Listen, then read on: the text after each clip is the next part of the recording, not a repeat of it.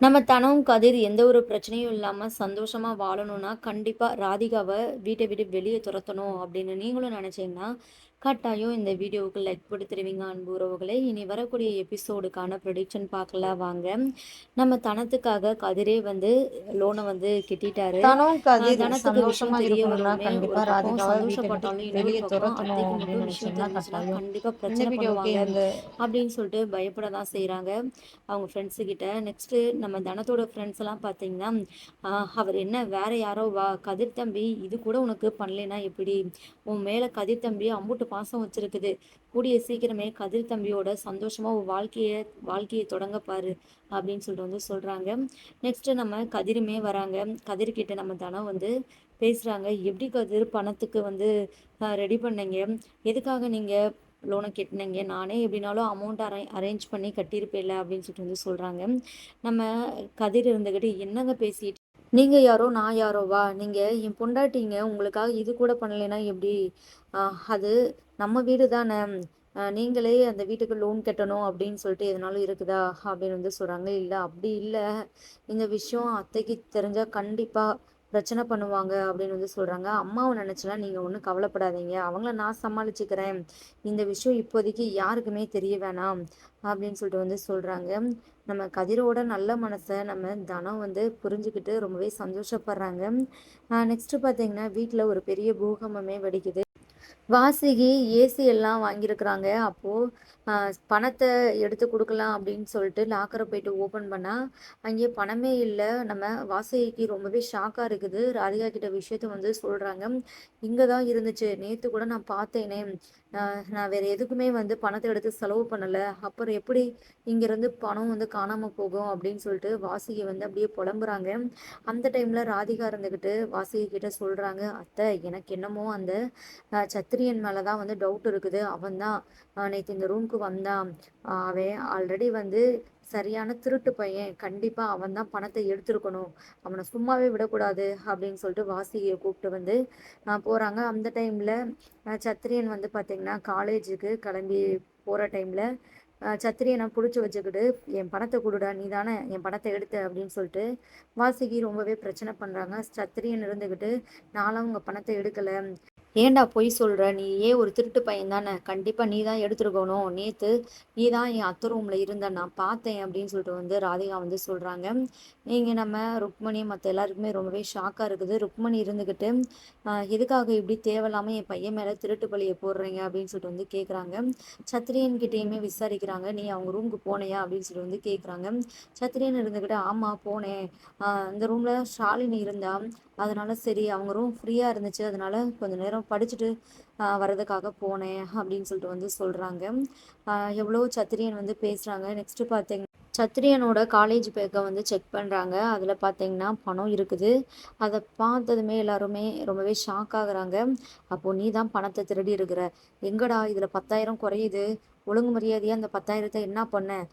சொல்லு. என் என் பணம் எனக்கு கண்டிப்பாக வேணும். என்ன பண்ணுவியோ ஏது பண்ணுவியோ தெரியாது, என் பணத்தை போயிட்டு கொண்டு வா அப்படின்னு சொல்லிட்டு வந்து சொல்கிறாங்க. பணத்தை தாங்க, இந்த பணம் வந்து என்னோட ஃப்ரெண்டோடது. அவன் என்னை வச்சிருக்க சொல்லி கொடுத்தான். இன்னைக்கு அவன் என்கிட்ட பணத்தை எடுத்துகிட்டு வர சொன்னான், அதனால தான் கொண்டு போகிறேன் அப்படின்னு சொல்லிட்டு சத்திரியன் வந்து சொல்கிறாங்க. ஆனால் வாசுகி அந்த பணத்தை வந்து கொடுக்க மாட்டுறாங்க. யாருக்கிட்ட கதை சொல்லிக்கிட்டு இருக்கிற? போடா போயிட்டு போயிட்டு செலவு பண்ண அமௌண்ட்டையும் வந்து கொண்டு வந்துட்டா, இல்லைன்னா இந்த வீட்லேயும் உன்னை இருக்க விட மாட்டேன் அப்படின்னு சொல்லிட்டு வாசிகை வந்து திட்டுறாங்க. ராதிகா இருந்துக்கிட்டு சரியான இந்த குடும்பமாக இருக்கும் போலயே, பொண்ணு தரங்கிட்டு நிறையா பண்ணிட்டு இருக்கிறான், இவன் சரியான களவாணி பையனாக இருக்கிறான், குடும்பமே கொஞ்சம் கூட சரியே கிடையாது அப்படின்னு சொல்லிட்டு ராதிகா ஒரு பக்கம் பேச, இங்கே ருக்மணி இருந்துக்கிட்டு சத்திரியனை வெளுத்து வாங்குறாங்க. என்னடா நடக்குது இங்கே? உண்மையாகவே இந்த பணம் ஃப்ரெண்டு பணம் தானா அப்படின்னு சொல்லிட்டு வந்து கேட்குறாங்க. சத்திரியன் இருந்துக்கிட்டு ஏம்மா என்னை நீ நம்பவே மாட்டேயா? நான் தான் சொல்கிறேன்ல, சத்தியமாக திருடலை. அவங்க சொல்கிறாங்கன்னு சொல்லிட்டு அவங்க பேச்சை கேட்டு சந்தேகப்பட்டு என்கிட்ட நீ விசாரிக்கிற பார்த்தியா? நீ எல்லாம் ஒரு அம்மாவா அப்படின்னு சொல்லிட்டு வந்து கேட்குறாங்க. நெக்ஸ்ட்டு பார்த்தீங்கன்னா சத்ரியன் வந்து இங்கே பாருங்கள், ஒழுங்கு மரியாதையாக பணத்தை தாங்க. நான் தான் சொல்கிறேன்ல, அந்த பணம் என்னோட ஃப்ரெண்டோட பணம், அவனுக்கு அர்ஜெண்ட்டாக தேவைப்படுது, தாங்க அப்படின்னு சொல்லிட்டு வந்து கேட்குறாங்க. அப்போது வந்து நம்ம வாசிகி ராதிகா இருந்துக்கிட்டு இங்கே பாரு, நீ என்ன தான் சொன்னாலும் பணத்தெல்லாம் தர முடியாது. இது என்னோட பணம். திருடுனது திருடுனது மட்டும் இல்லாமல் காரணத்தை சொல்லிட்டு இருக்கிறியா? இந்த பணத்தெல்லாம் தர முடியாது, ஃபஸ்ட்டு இங்கேருந்து கிளம்பு அப்படின்னு சொல்லிட்டு வந்து சொல்கிறாங்க. உடனே சத்திரியனுக்கு கோவம் வருது. நான் தான் சொல்கிறேன்ல, பணம் என் ஃப்ரெண்டோடது அப்படின்னு சொல்லிட்டு, அப்புறம் எதுக்காக தேவையில்லாமல் பிரச்சனை பண்ணிட்டு இருக்கிறீங்க, பணத்தை தாங்க அப்படின்னு சொல்லிட்டு வாசுகி கிட்ட இருந்து சத்திரியன் வந்து பணத்தை வந்து வாங்குறாங்க, ரொம்பவே கட்டாயப்படுத்தி. ஆனால் வாசுகி ஒரு பக்கம் தரவே மாட்டேன் அப்படின்னு சொல்லிட்டு அவங்களுமே பிடிவாதமாக இருக்கிறாங்க.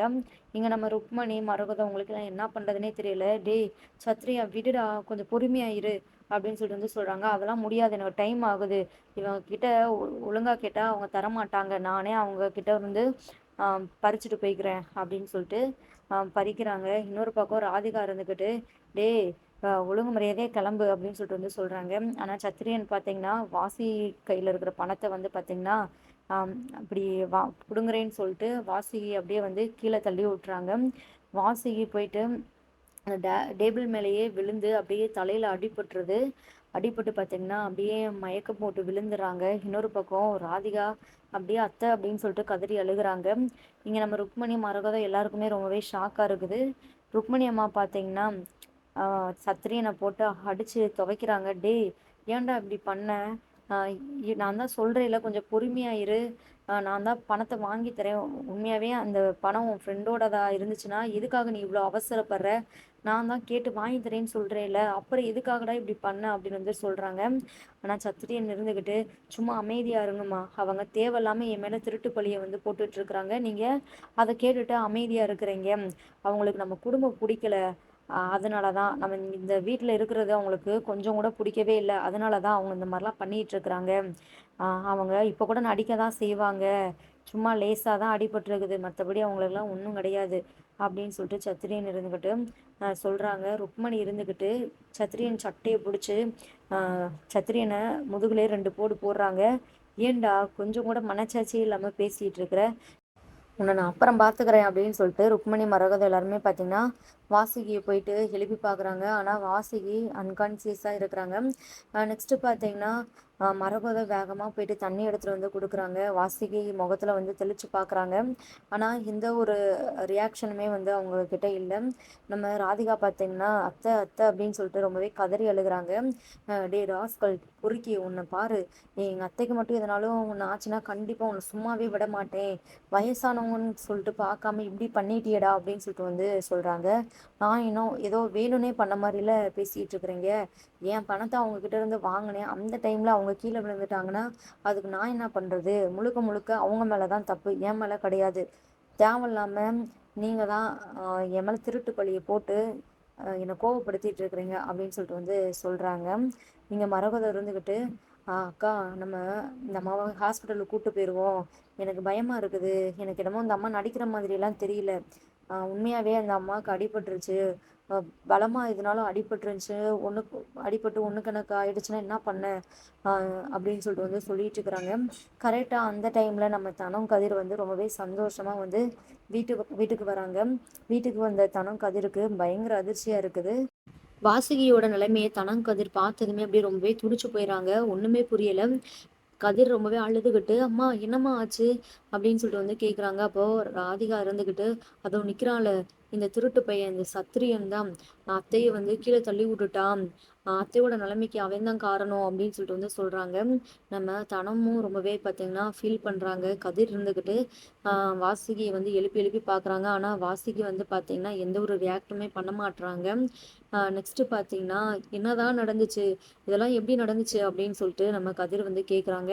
அப்போ தனம் இருந்துக்கிட்டு, மற்றதெல்லாம் நம்ம அப்புறம் பேசிக்கலாம் கதிர், இப்போவே வாங்க நம்ம அத்தையை ஹாஸ்பிட்டலுக்கு கூட்டிகிட்டு போகலாம் அப்படின்னு சொல்லிட்டு வந்து வாசுகியை வந்து ஹாஸ்பிட்டலுக்கு கூட்டிகிட்டு போகிறாங்க. நெக்ஸ்ட்டு பார்த்தீங்கன்னா இங்கே நம்ம ருக்மணி அம்மாவும் பார்த்தீங்கன்னா ரொம்பவே வந்து ஃபீல் பண்ணுறாங்க. சத்திரியனுக்கு கொஞ்சம் கூட கவலையே இல்லாமல் அவர் கிளம்பி போயிடுறாரு. நெக்ஸ்ட்டு பார்த்தீங்கன்னா ருக்மணி அம்மா வாசுகிக்கு எதுவும் ஆகக்கூடாது அப்படி இப்படின்னு சொல்லிட்டு அப்படியே ரொம்பவே வந்து இது பண்ணிட்டு இருக்கிறாங்க. அந்த டைமில் ராதிகா இருந்துக்கிட்டு, எங்கள் அத்தைக்கு மட்டும் எதனாலும் ஆச்சுன்னா கண்டிப்பாக உங்கள் யாரையுமே நான் சும்மாவே விட மாட்டேன், ஏன் என் கதிர் மாமாவே உங்கள் யாரையுமே மன்னிக்கவே மாட்டார், எங்க அத்தையோட கதைய முடிக்கணும் அப்படின்னு சொல்லிட்டு தானே இந்த வீட்ல நீங்க இருந்தீங்க. இப்போ சந்தோஷம் தானே! அப்படியே மனசு குளு குளுன்னு இருக்குமே அப்படின்னு சொல்லிட்டு ராதிகா வாய்க்கு வந்த மாதிரி பேசிட்டு இருக்காங்க. ருக்மிணி அம்மா இருந்துகிட்டு, இங்க பாரு ராதிகா, நீ தேவையில்லாம பேசிட்டு இருக்கிற. நாங்களே அந்த அம்மாக்கு என்ன ஆச்சோ ஏதாச்சோ அப்படின்னு சொல்லிட்டு ரொம்பவே வந்து பதறிட்டு இருக்கிறோம். ஆனா நீ எதுக்காக இப்படி தேவையில்லாம பேசிட்டு இருக்கிற அப்படின்னு வந்து சொல்றாங்க. ஆமா ஆமா, உங்களுக்கு ரொம்பவே சந்தோஷமா தான் இருக்கும். எதுக்காக இப்படிலாம் வந்து பொய் சொல்லிட்டு இருக்கிறீங்க? நடிக்காதீங்க. உங்க நடிப்பெல்லாம் நான் நம்ப மாட்டேன் அப்படின்னு ராதிகா வந்து சொல்றாங்க. இங்க நம்ம மரகதம் இருந்துகிட்டு, அக்கா போய் போய் எதுக்குக்கா இவகிட்டலாம் நம்ம வந்து பேச, வாக்கா நம்மளும் ஹாஸ்பிட்டலுக்கு கிளம்பி போகலாம் அப்படின்னு சொல்லிட்டு வந்து கிளம்பி போகிறாங்க. நெக்ஸ்ட்டு பார்த்தீங்கன்னா வாசுகிக்கு வந்து ட்ரீட்மெண்ட் போயிட்டு இருக்குது. இங்கே நம்ம தனம் கதிர் பார்த்தீங்கன்னா பயங்கர ஃபீல் பண்ணிட்டு இருக்கிறாங்க. நெக்ஸ்ட்டு நம்ம ருக்மணி அம்மா வரவும் கதிர் இருந்துக்கிட்டு அப்படி என்னதாம்மா ஆச்சு அப்படின்னு சொல்லிட்டு கேட்கும்போது நடந்த எல்லா விஷயத்தையுமே வந்து சொல்கிறாங்க. இங்கே நம்ம கதிர் பார்த்தீங்கன்னா ரொம்பவே வந்து ஃபீல் பண்ணுறாங்க. எல்லாம் என்னால் தான், அம்மாவோட பணத்தை நான் தான் எடுத்துகிட்டு போனேன், உங்ககிட்ட கேட்காம எடுத்துகிட்டு போனனால தான் இம்புட்டு பிரச்சனை அப்படின்னு சொல்லிட்டு வந்து சொல்லிட்டு இருக்கிறாங்க. நெக்ஸ்ட் இன்னொரு பக்கம் தானும் பயங்கரமாக ஃபீல் பண்ணுறாங்க. இல்லை இல்லை, எல்லாத்துக்கும் காரணம் நான் தான், என்னால் தான் எவ்வளோ கஷ்டம். நான் மட்டும் வீட்டு வீட்டு லோனுக்கு கட்டுற பணத்தை தொலைக்காமல் இருந்தால் இப்போ இவ்வளோ பெரிய பிரச்சனை நடந்திருக்காதுல வீட்டில் அப்படின்னு சொல்லிட்டு தானே ஒரு பக்கம் ரொம்பவே வந்து அழுதுட்ருக்குறாங்க. இங்கே நம்ம கதிருக்கு என்ன பண்ணுறதுனே தெரியலை. கதிர் ஒரு பக்கம் அழுதுட்ருக்கா, நம்ம தனம் ஒரு பக்கம் அழுதுட்ருக்குறா. அப்புறம் விஷயம் தெரிஞ்சு நம்ம ருக்குமணி அம்மாவும் ரொம்பவே ஃபீல் பண்ணுறாங்க. அடுத்தடுத்து ரொம்பவே இன்ட்ரெஸ்டிங்கான ட்விஸ்டான விஷயங்கள்லாம் நடக்க போது நம்ம வெயிட் பண்ணி ஃபுல் எபிசோட பார்த்து தெரிஞ்சுக்கலாம். தேங்க்யூ ஃபார் வாட்சிங்.